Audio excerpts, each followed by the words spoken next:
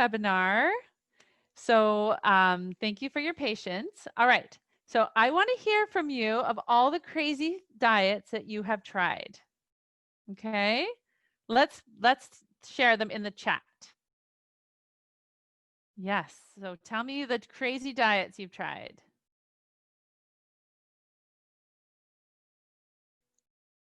Oh, perfect. Okay.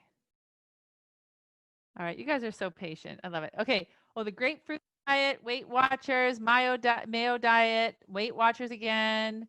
Have any of you tried the cabbage soup or eat an apple before every meal?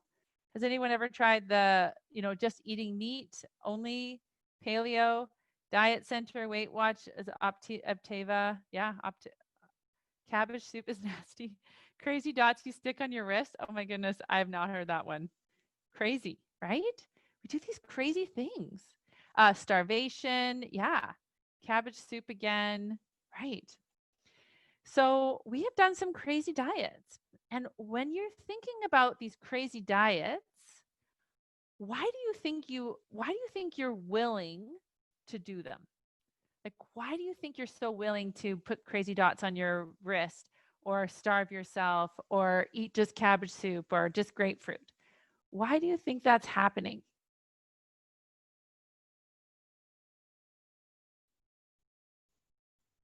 Yeah, you want to lose weight. But like, we could lose weight in other ways. I mean, we think about obesity in the past, it wasn't even a big deal in the past. We're just desperate, right? The clothes don't fit, right? Interesting. Okay. So we also, there's a lot of confusion. There's a lot of disappointment. There's a lot of feeling really not empowered at all. So disempowered, like, I don't know what to do. I feel like we're feeling really overwhelmed. We feel very inadequate. We feel very, we're like just not empowered. And so when we have all those feelings, then it's super, super frustrating. So then we just think, oh, can somebody help us? We get kind of desperate. We feel really, really overwhelmed and really not happy. Now, the definition of diet actually is there's a temporary food plan. So even in the definition of diet is we're saying it's a temporary food plan. It's not even going to be anything that's going to last forever. And so statistics are 95% of people who go on diets, they lose the weight and they put it back on between 1 to 5 years. 95% of people put the weight on in 1 to 5 years. Isn't that amazing? And it's because they are meant just to be temporary. So we're even in the fact of thinking like, oh, I'm going to go on this diet. Everything's going to be great. I'm going to lose all this weight. And quite a few of you, I'm sure, have lost some weight in that mindset, but it actually doesn't last because it wasn't meant for it to last. Just purely in the name. So when I talk about my weight loss journey, so it's over 2 years now, and I don't ever really talk about it as a diet. And I see some of my clients on here. We create a protocol, and that protocol is what we use to eat and how we are going to live. We talk about how much water we drink. We talk about how much sleep we're getting. We talk about the kinds of foods that we're eating. We talk about when we're going to be eating. Like, we just have it all planned and organized. And this is a protocol that we create for our own success. And we do it individually for ourselves. Like, I'm 6 feet tall. My eating protocol is going to be different than Patricia's or Linda's or Susan's or Robin's. Okay. So now we feel like diets or food is complicated. We feel like it's stressful, and we feel like it must be very complicated and difficult. And we just basically feel very unempowered. And so when we don't feel empowered, then we go to other people to say, just tell me what to eat. I don't want to know all the details. It just seems really complicated, but really, it's actually not. It's not complicated. Weight loss is actually simple. So I'm going to share with you 3 ways that reasons why diets don't work and why we want to try all these crazy things, and we can do them for a limited time, but they're not going to work. And I'm going to talk to you about why. And then I'm going to coach you. People can come up, put their hand, and I will coach you on whatever is coming up for you when we talk about diets. Okay. So the first reason is diets slow down our weight loss. Now, we have what's called an internal thermometer in our bodies.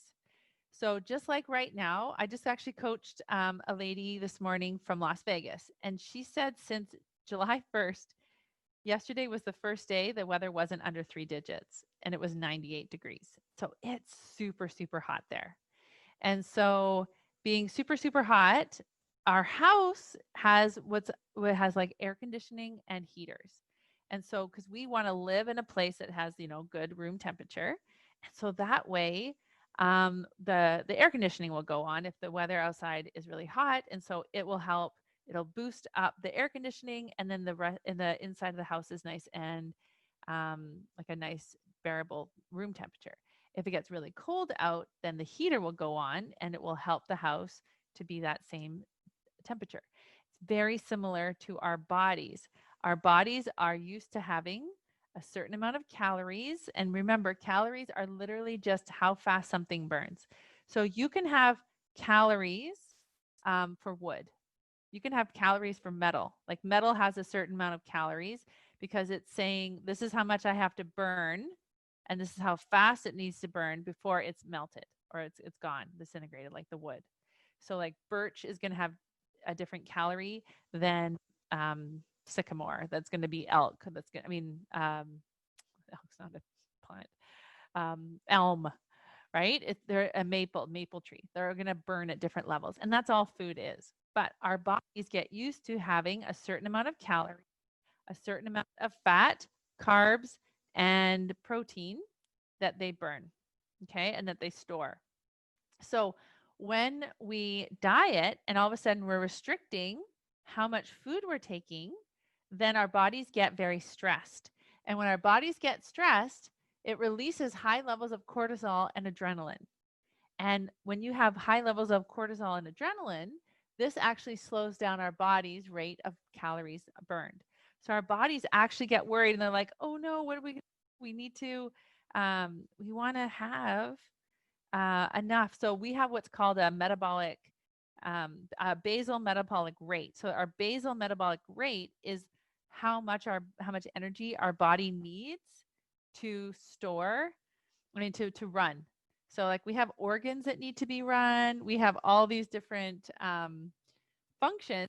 And so our body has to have a very like a baseline of how much energy. And so it's starting to get worried about what's going on here. And so when we have this, so we have the body who wants to protect us. And so we kind of has that worry about famine. Okay. So that is when we diet, we actually slow down. Our bodies slow down. And so sometimes we can feel kind of sluggish. We feel like we're kind of wading through mud. It doesn't feel good. Okay. The second reason is we don't create sustainable change. So what's happening with a diet, it's giving you like a bunch of rules. It's saying eat this, don't eat this, don't eat this, eat this. So it's giving us a bunch of rules. It doesn't address the deep-rooted patterns and behaviors. So you're literally just like this unempowered person saying, okay, I need to be this very obedient, faithful person. I don't really understand what's all going on, but I just have to trust them that this is going to be good for me. And so when your mother-in-law makes a bunch of brownies and chocolate chip cookies and buns, which she is doing right now at our house, I have this willpower. It's not just willpower, it's like an understanding in my body how important it is for me to stay with my plan of eating. Now, she is making apple pie today, and I did plan 24 hours in advance, and I'm going to enjoy the apple pie with some nice cheddar on top. Okay. So when we don't address these deep rooted patterns and behaviors, then we tend to be very willpowery, a lot of white knuckling. It's really uncomfortable and it doesn't feel sustainable at all. Okay. We also, that leads to the need to address the internal mindset of eating. So I create a protocol with my clients about how we're going to eat. We talk about the kinds of foods that we eat. We talk about our eating window. We talk about how much water we drink. We talk about how much sleep we have. We talk about um, like how many joy eats we're going to eat, like all of those things. We talk about hunger scale, all of that. Okay, we're going to create a eating plan that's going to serve us and be really good for us. Okay. So if you're just reading off these rules and you don't understand why they're telling you to do that and you don't feel empowered, then of course it's a lot of white knuckling and really uncomfortable. Okay. The last one, which I think is super fun, diets aren't fun. So today, even I have clients saying, okay, Dara, like how much percentage of fat versus protein versus carbs? I'm like, let's just see. I do not think it's fun measuring food. I do not think it's fun looking up all the different carbs and all of that for things. I don't want to live that way. So um, that's not going to work for me. So what we do is, and I teach my clients is like, okay, let's eat a certain way for a while, like a week or two, and keep going on the scale and just see how that works. So, and part of that is going to this first one here is you have an element of this like no, no, no list. And so imagine our brains are divided in half. Half is negative and half is positive. So if we're always going to negative, we're always getting negative results. So if you're always looking at these lists, these like food plans, you're like, I can't eat this, I can't eat that, I can't eat this, I can't eat that. Look at all the things I can't eat. Rather than coming to the positive side, like, wow, look at all the amazing vegetables I can eat. And I can eat any meat I want. And cheese, not a problem. I can eat cheese, I can eat meats, I can eat, and like I have all these vegetables I can eat. And then I can eat all these fats, and fats are actually good for me. It's like, look what's happening. When we go from that side of our brain, it's like, wow, this is amazing. I have so many amazing foods to eat that are so good for me. And then so we've got this state of tension, right? Because it's like I can't eat this, I can't eat that. And so it's like, but I want it, but I can't eat it, and I want it, and I can't eat it. So if we always have this tension, that just again creates a lot of stress, which of course our body creates cortisol and adrenaline and slows everything down. So for example, I do like chocolate, and I like it. I don't want to live a life without chocolate. But I've also realized that certain chocolate doesn't serve me. I had an opportunity to live in France for 18 months, and I learned how delicious chocolate can really be. And so, one of the things that I do every day, not every day, but when I want to, I get Baker's chocolate. There's another one on the brand, Lily's chocolate, and it's like you can get it on Amazon, and it's like just basically pure cocoa. There's hardly any sugar. There's actually fiber in it.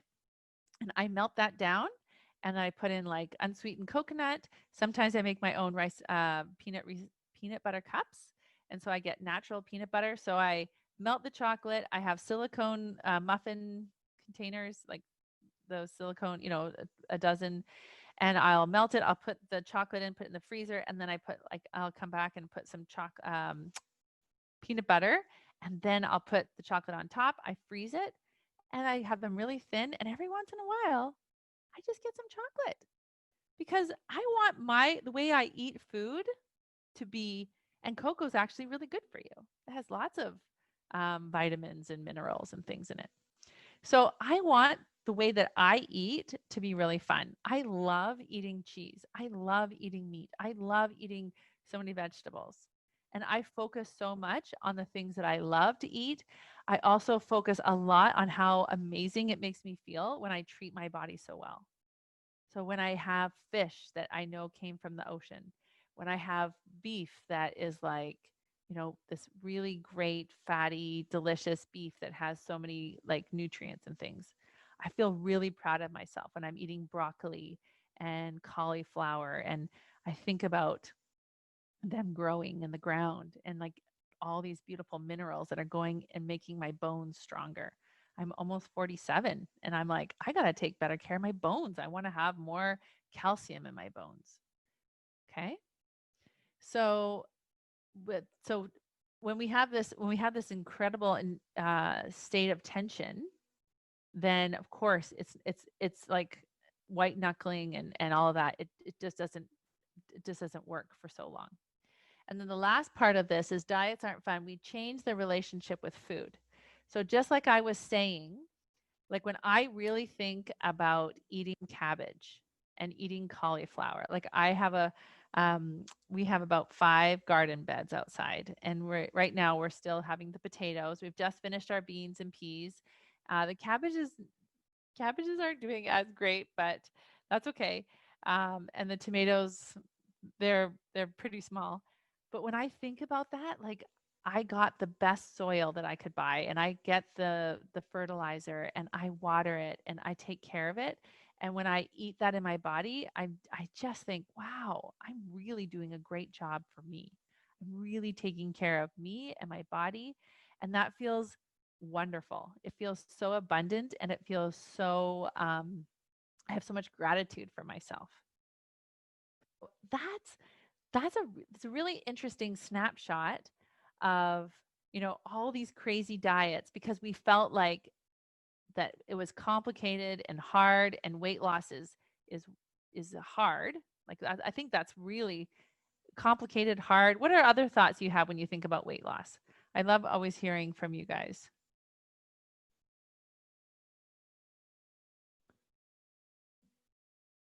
What are your thoughts? Yeah, it's a lot of work, failure after failure, mental struggle, right?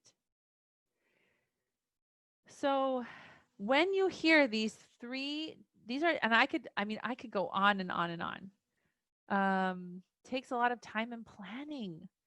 Yeah, we think it is. We think that it takes a lot of time and planning. But guys, like I don't count calories. I really don't get that worried about like I sometimes will see on advertisements on YouTube, and there'll be somebody coming on who'll say, "What kind of body type are you? Are you an endo something? Are you do you carry your fat in your legs? Do you carry your fat in your stomach? Do you carry where?" And then they say, "Okay, you need to have 30% carbs and 30% fat and 20% or whatever it is, 35, 35, 25."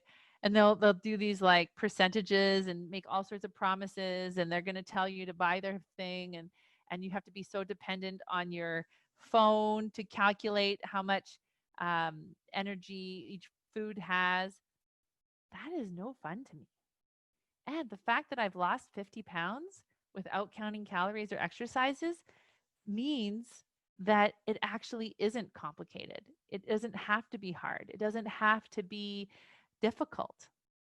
And that's what I teach my clients. Like, there are only 3 hormones that are involved in weight loss. That's it. And so, and if I can do it with 5 kids and all the things that I'm doing, I have no, it's not a mystery. It doesn't have to be complicated. It doesn't have to be hard. Okay. But yeah, and we are worth it. And the fun thing, Wendy, is it actually isn't even like there are moments that are a little bit hard. I agree. Like having my mother-in-law visit here for this past week, it has been kind of hard for me to withstand the homemade buns because I hadn't planned 24 hours in advance. She hadn't told me she was making brownies yesterday, so I didn't plan in advance. So I didn't eat them. She didn't tell me she was making the chocolate chip cookies, so I didn't plan in advance. So it was just very interesting. So and you know what I just got to decide? I'm like, it's like a scratch and sniff sticker.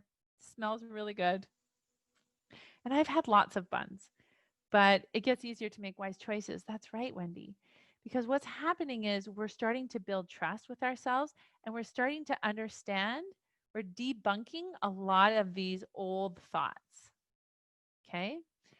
Because when we do eat the thing, how does that feel really? Does that actually feel good in our bodies? Does it actually feel like how often do you eat something and you're kind of like, oh, that was a lot, right? And then the mental stress of it, the mental disappointment and loss of trust, that feels even worse. Okay. So one of the things, okay, so this is a time, if you want to get coached, you can put your hand up. And what you do to put your hand up is there on the bottom of your screen, there's like a little hand, and I think it says lower or raise hand, and you just click on that. So you can raise your hand and you can get coached. Yeah. Ah, Suze. Oh, it's so nice to see you. Some of my old friends from the summer, like Susan Castillo. By the way, Susan, I know you don't know Brooke Castillo, but I just graduated from Life Coach School, which is super fun. And she's the creator of it. Okay, so if no one has their hand up yet, there are a few more gems I wanted to share. So just let me know. Yeah, so please feel free to raise your hand. One of the things that I do want to remind you about when you get coached, it really is amazing how other people benefit from watching people getting coached.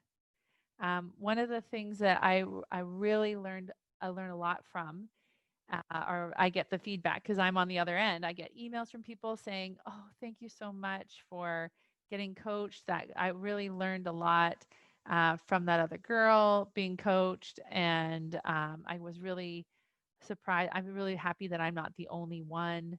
So it really is. I know it takes courage. Yeah, inspiring for sure when other people get coached. So just give yourself, especially if you have something that's like really on your mind. And an example of being coached is, so say for example, you had a situation like your husband took you out for dinner, or you went to a friend's house for dinner, and they offered dessert or something.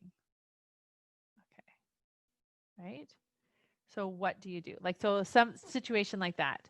So those are some of the things you could talk about, something that like your relationship with diets, um, any of those things. I could coach you on anything. Okay. So one of the things I did want to share is something that I thought was very interesting as I was researching, um, because I am like a regular person. I do not have a nutritionist certification. I do have my life coaching health training, like diet training, which is really fun. But I'm always super interested in understanding like the weight loss is actually very simple. And so I'm always um, like looking at it and understanding it from different points of view and being able to explain it in different ways. And so, one of the things that can happen that I think is interesting is that when we binge, so we yo yo diet, what happens is we actually increase the number of fat cells that we have in our body. So, the more that we have a lot of flour and sugar, we are, so when we increase our flour and sugar and other carbs, right? Like you can look at like a bag of chips or a chocolate bar or whatever that is, it will give you the nutritional breakdown. And so if we're overloading our body basically with all these extra carbs that it can't use, I like to use the analogy of, we're driving our car has a gas tank, we've filled up the gas tank, but it's full, but we keep giving it more energy. We literally have to get gas. We have to get those jerry cans and start filling jerry cans. So now our body has like all these extra jerry cans around it because we keep giving it more fuel, right? We keep taking in more than our body can actually use. And our bodies are very efficient with energy because remember, back in the day, when we didn't have grocery stores, and we depended on the hunt to eat, like if we got the buffalo or the elk or whatever, that's when we ate. So our bodies are really good at like storing fat and using fat very efficiently. So, and hasn't really kept up with like refined sugar and flour. So when we increase how much food we're eating, we actually are adding more fat cells to our body. And so, how do you think when we have more fat cells in our body, it's going to be a detriment to us when we want to be thin? What do you think could happen?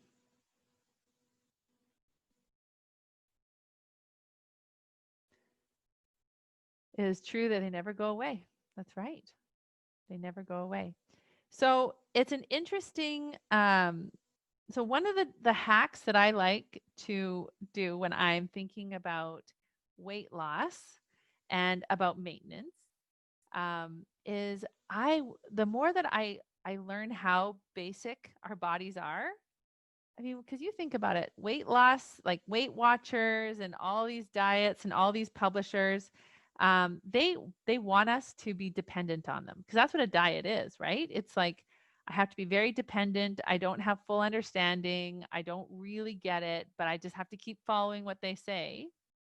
And hey, guys, I just published a book. Well, I guess I just didn't just, but like books, they don't make like they're not a huge money maker if you don't have a lot of people buying them. So if they want to keep you on the hook, they want you to think it's complicated and you need them and there's like a dependency.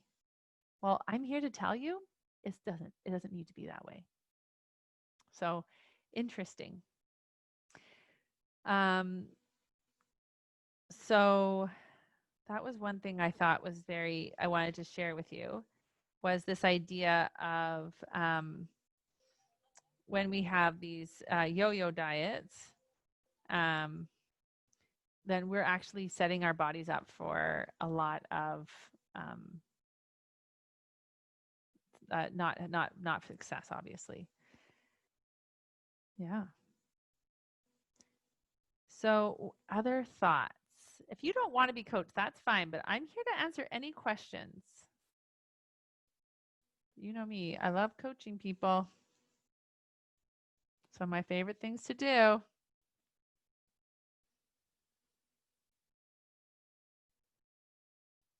And if you're one of my one-on-one clients, what would you coach on today? Anything you have going on, you can just bring up. They never go ahead. Okay. All right, here we go. So Linda says that she sabotages herself. Okay, so this is perfect. So Linda, if you don't mind, you can put your hand up. I'll promote you on, and you can tell me probably the most recent time you sabotage yourself. Would you want to do that? Okay, let's do it. So I'm going to put you on. All right, Linda. Okay. I think I have too much going on. Okay. You might have your screen. You have two screens? Yes. Okay, got it. All right. Can we see your face or? Where am I?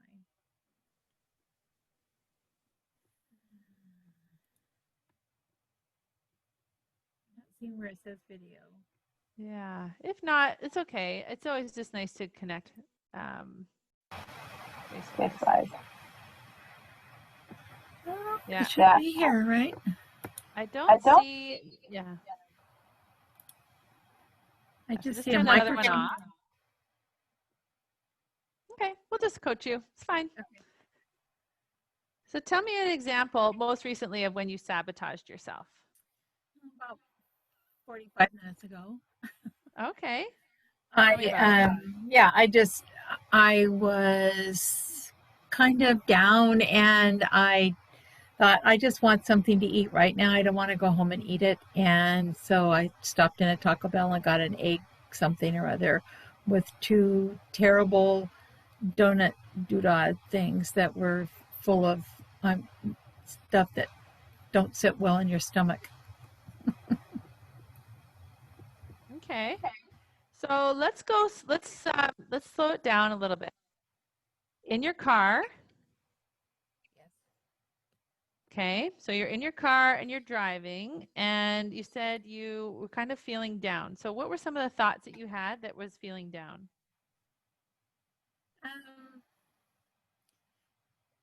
Well, I've suffered a loss in my family, and Okay. I'm dealing with that. But it's, you know, I, yeah. Okay. So what are some of the thoughts that you have? Like, I really miss this person. Um, like what are some of those? Well, I spent yesterday writing my thoughts about them because I didn't get to go to the service. Okay. And so I just, wrote some memories and added some pictures and sent them to, it was my brother that passed away, and sent it to his children so that they could see. Mm-hmm. So that was a good thing. And um, I I know it was a right thing to do. Hmm. Yeah. So then when you were driving this morning, like 45 minutes ago, and you're in the car and you were saying, I felt kind of down, or maybe so, like, was it a thought like, I really wish I could have gone to the funeral? Like, what exactly do you think the thought was that was causing you to feel down? I really don't know. I just I was hungry, and I I didn't want to come home and prepare anything. Okay. So what stopped you from like ordering something like a healthy something at a restaurant or going into a grocery store? What do you think was the reason why you did the Taco Bell?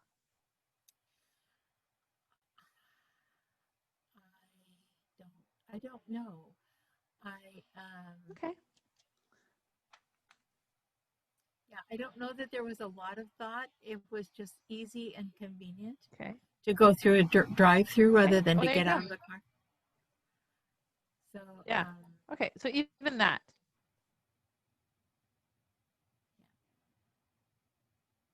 So you have a thought. It's easy and convenient to go through, right? yes. Okay.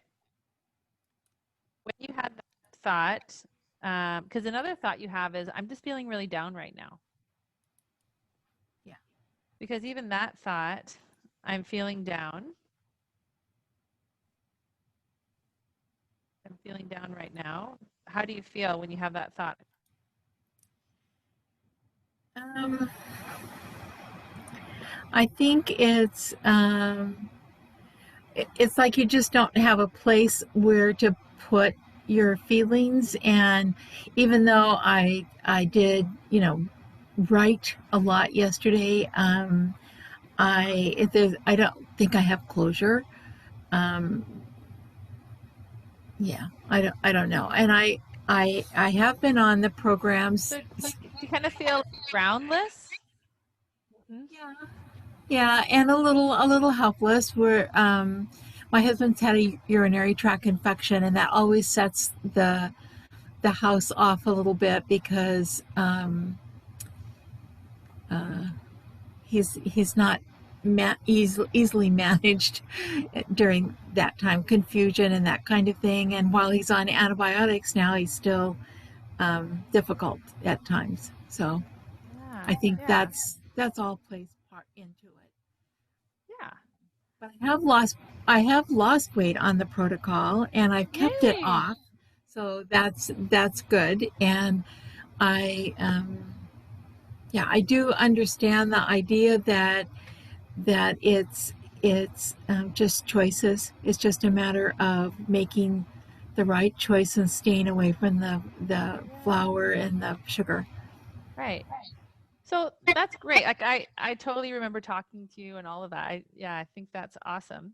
But let's go back to this circumstance and this model, because it's one thing to like understand how to do that, which is awesome. Like you're on the right track and all of that. But this is the work that we do every day that's going to help us to get the results that we really want.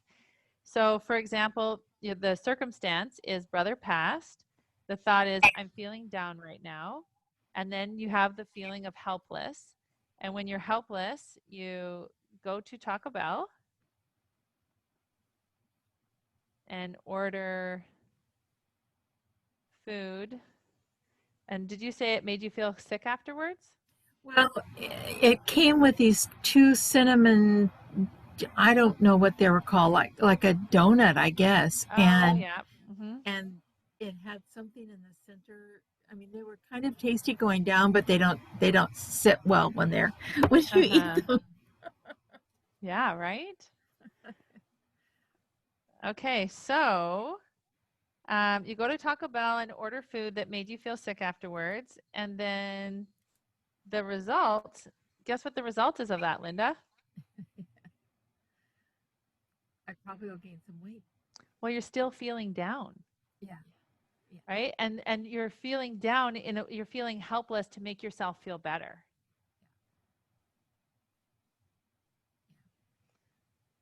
So, because this is the thing. So the result really is, you just keep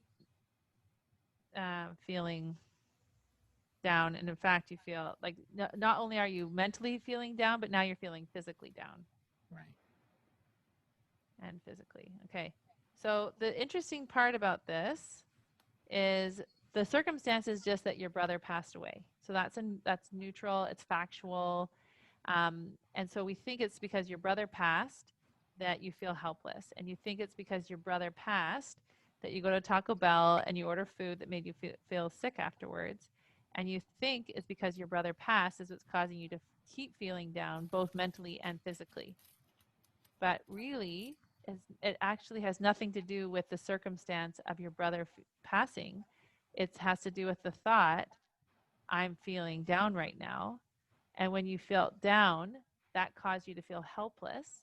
And with that thought, I'm feeling down right now. And when you were helpless, then you went to Taco Bell, you ordered the food that made you feel sick afterwards. And that's what gave you the result of feeling both now mentally and physically down or worse. Right. Right. Okay. Yeah, and that makes sense. Yeah. It makes sense. So this is the beautiful thing about, so when we slow everything down, we're like, oh, because we're always getting the model, whether we're like intending to or not. So you're like, oh, look what I just did. I kind of went on autopilot. I kind of just, I didn't want to, one of your thoughts was it's easy and convenient to go through a drive through, but it's also easy and convenient to go through a drive through like McDonald's that has salads, or any drive through that has, even Taco Bell, I think, has salads that would be helpful. I like to get burgers that are wrapped in lettuce, and that's super healthy and totally that totally like goes with my protocol. So it's only when that thought, I'm feeling down right now, that's causing you to feel helpless, that's what's causing you to really like have that, what you said, like sabotaging yourself. Mhm. Yeah. Okay. So, because even this thought, I'm feeling down right now, could have what other emotions could you have with that one?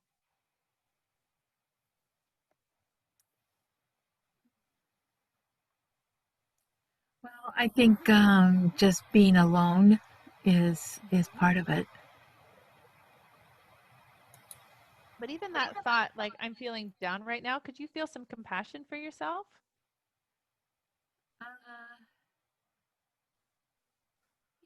yeah, I think so. I think actually, it's as much as um, you miss other people or your parents when they pass. There is something, um, I don't know, maybe maybe it's uh, you when you lose a sibling, it's more it's closer to home. It's closer to where you are, even though my siblings are a great deal older than I am. My brother was Mhm. the closest in age, and he was 15 years older than I am. Oh, But wow. Yeah. it's still it leaves me the oldest in the family, and um, so Yeah. there's kind of a responsibility there. So Yeah. I've been working on processing that because I knew he was going to pass, and so Yeah. you know, For sure. Well, so this is the part of the model that is really beautiful. It's like we know that the whatever thought we have an emotion attached to it, and that emotion, the feeling is always the fuel that's going to lead us to doing the those actions, right? That are going to give us a result. But it's interesting in this situation because the circumstance, of course, is just that your brother passed, and we could have lots of different thoughts. And you even shared a lot of different thoughts, when you were talking to me. Um, but so even this, I'm feeling alone. I'm feeling down right now. You could actually, if you decided to feel some compassion for yourself, what kinds of actions do you think you would take out of compassion? well, I went this morning and had a pedicure, so that was for me. Hmm. Yeah. So even like sympathy. I was thinking of some other emotions like lonely, alone, like kind of this reality.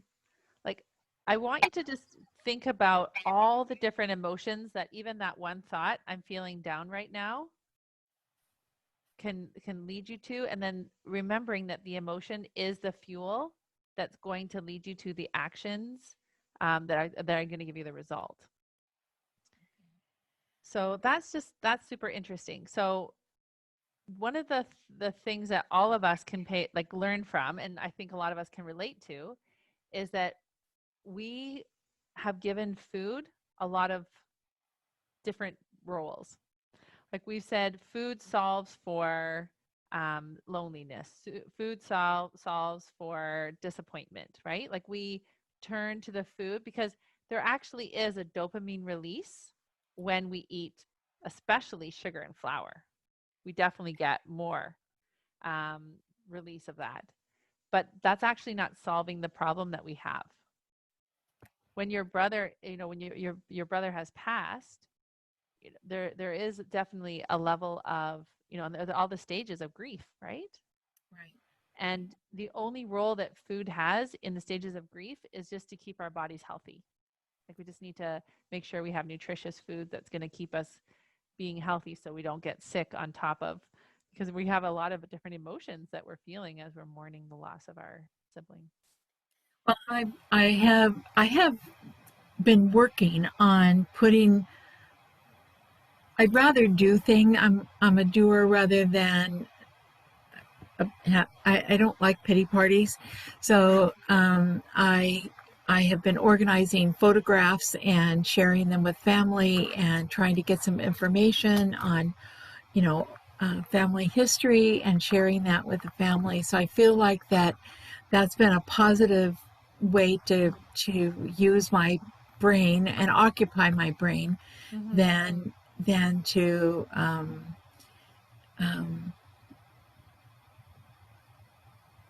just allow myself to be down.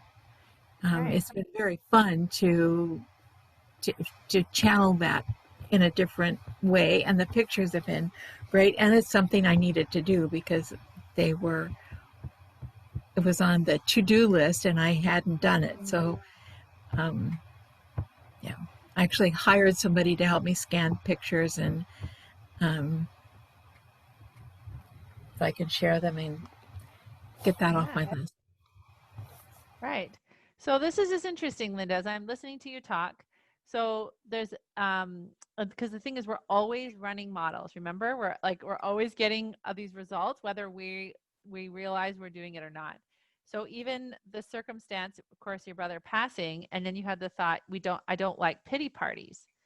So even that thought, I don't like pity parties. How do you feel when you say that?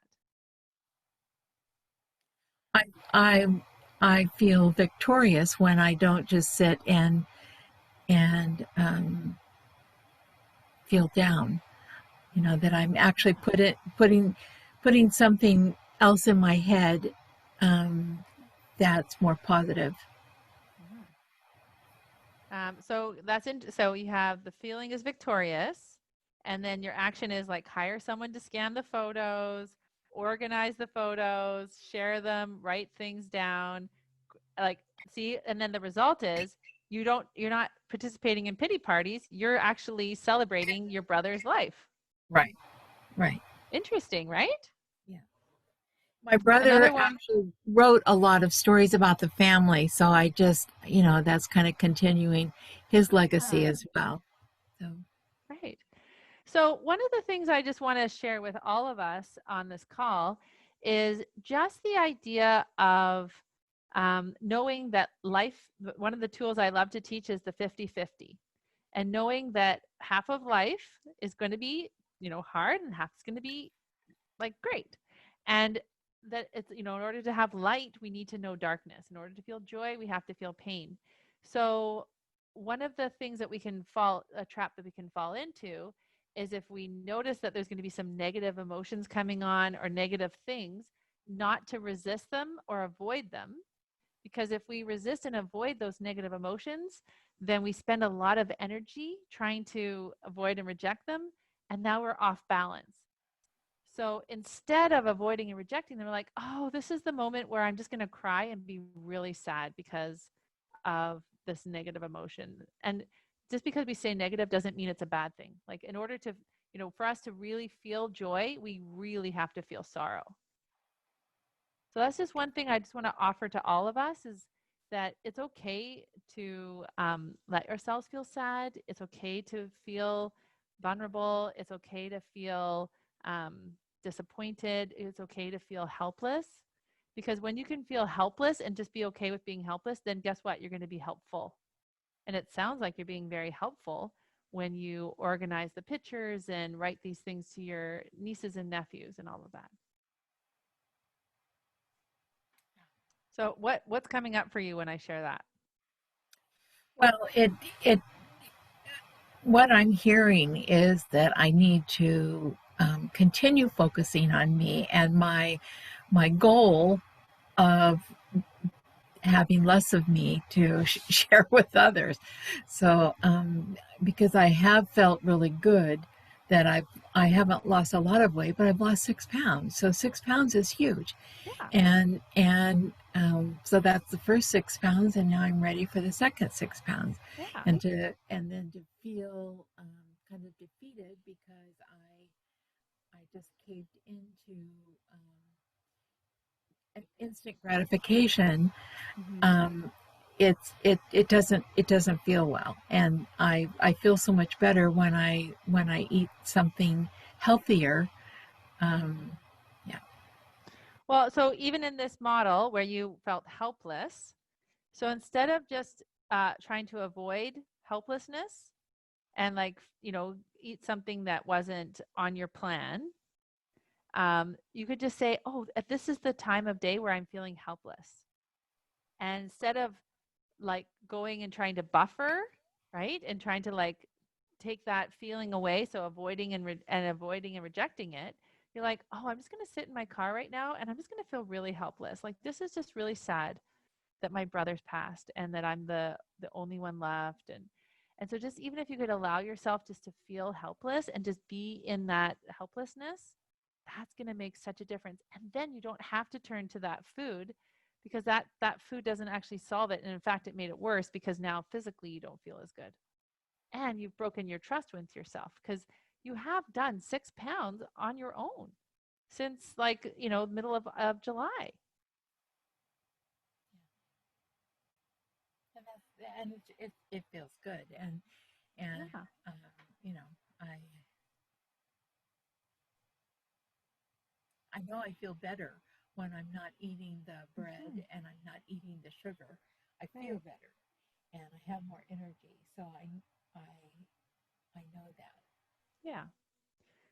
So just be willing to just sit in helplessness. That's okay. It's okay to feel helpless. You're going to feel a lot. You're going to feel lonely. You're going to feel all sorts of feelings.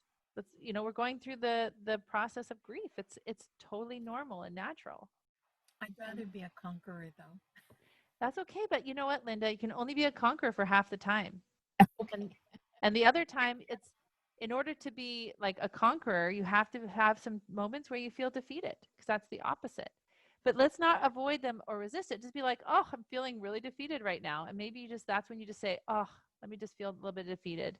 It's okay, defeated. This is what happens when a brother passes.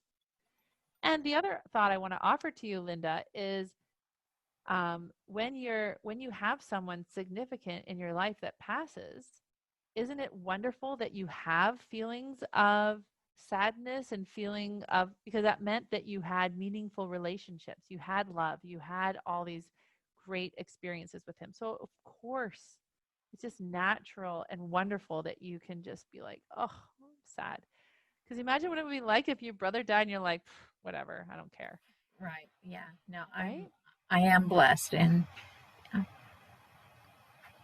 he was a quilter too. He probably made more quilts than I did. Wow, that's super cool. Awesome. Okay, so how do you feel now, Linda? Well, I think I'm renewed, ready to make the next plan. Just feel the feelings. Just let yourself feel it. Don't push them away. Don't avoid them. Don't resist them. Just be like, oh, this is just the part of my day where I just get to feel sad for a little bit. It doesn't have to last long. Because even like a pedicure, I mean, that was a nice thing to do, but did that like, you kind of have to ask yourself, is that really helping me just like process my grief? Like what in that pedicure was that? And that's totally like, that's your call, right? But just giving yourself the opportunity to like go through that grief, and it's totally fine. It's not a problem to cry. It's not a problem to feel sad. Emotions are just literally vibrations in our body.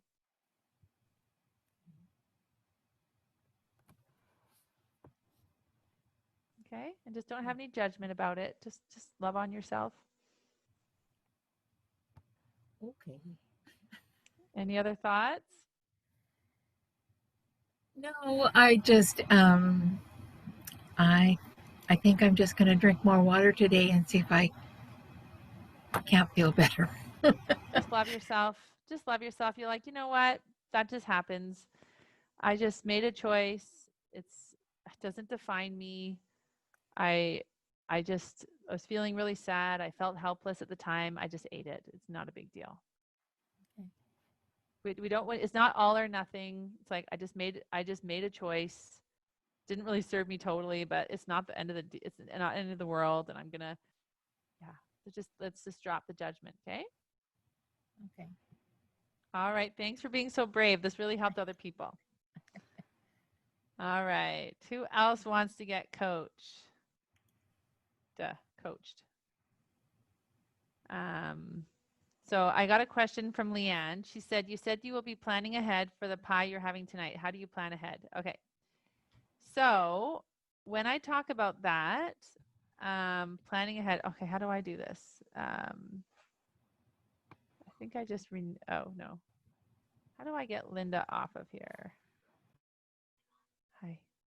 So what I do, when I teach my clients how to have a protocol, I oh, here we go. We plan joy eats 24 hours in advance. And so what that means is if it has sugar and flour, we just plan ahead that I'm going to eat it. So I've had clients where their husbands will bring things home, but they hadn't planned for it. So then they'll just take that thing and put it in the fridge with a sticker on it and say, this is mine, don't eat it. Okay. So that's why, like yesterday when she made the brownies and hadn't told me, I mean, I would have chosen if I wanted to or not, but I honor myself and I honor my protocol that I only eat a joy eat 24 hours in advance. So that's just the way I decide to, because I want to kind of answer more of your question. is we have our higher brain and we have our lower brain. And our lower brain always wants us to stay safe, seek pleasure, and conserve energy. That's called the motivational triad. So it wants us to spend a lot of time on the couch watching Netflix. It doesn't want us to do crazy new things. It wants us to eat a lot of sugar and flour so we have lots of storage in case there's a famine. And it doesn't want us to have difficult conversations with people. It doesn't want us to feel different emotions because it thinks it's like emotions that are messy or complicated. And so our lower brain will try to take over. Now, so with like, let's go to yesterday with the brownies, for example. And I thought, oh, I hadn't planned in advance. My lower brain would be like, oh, but she's only visiting. So they'd want you to rationalize. Oh, but you don't want to hurt her feelings and all those things. So I'm like, no, that's like, I want to work for my higher brain. My higher brain is my best tool. That's all of our best tools. And so when we have the higher brain, then we are functioning at our best. And then as I do that, then I'm going to have more trust with myself. Okay. I can stay on for one more person if you want. Oh, and okay. So is there anyone else who wants to get coached? All right. So you can do that or not. But I do want to just let you know that I have 2 consults available tomorrow at I believe, I'll just get my calendar, because I just graduated one of my 6-month clients. And so, yeah, I have a 9 o'clock and I have an 11 o'clock opening for tomorrow. I just decided to open them up. And so if you would like to get on a consult with me and talk about working together, I would love to help you with that. I'd love to help you create your own protocol that's going to be so successful for you. Also, in the month of September, I am doing an additional class every Monday morning at 9 Pacific. And this month we are doing overeating and over drinking. So even though I've never drank alcohol, I have an amazing program. And what it focuses on is desire. So although the basis of it is drinking, what I found is so helpful is this concept of desire and understanding desire in how we show up and how we like make decisions. So, oh, wait a minute. Let me see here.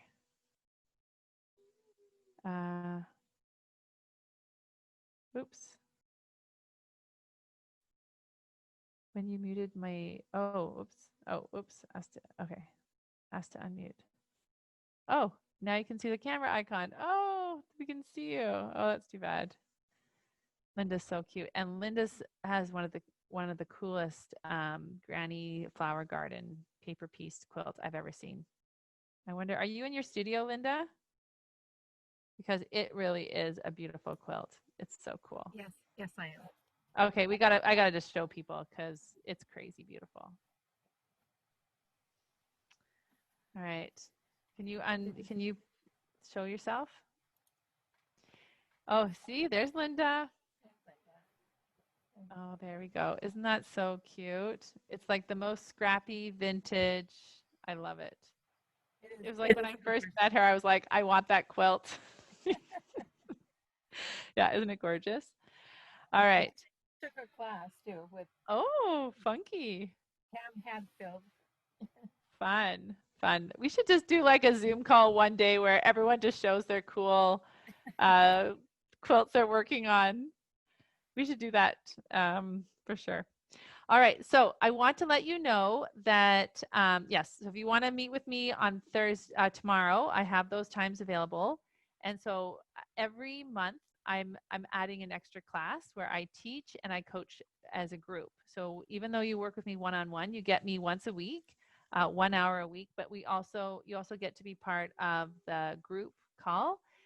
And so the month of September, we're doing overeating, over drinking, really focusing on buffering, urges, all of that, and desire. And then in October, we're doing intermittent fasting. So we're going to take a deep dive into that. And then November, we're going to take a deep dive into the model, which is really, really my very favorite tool. And then in December, we are going to do our favorite things. So I'm going to have clients who have graduated, clients who are still in my program.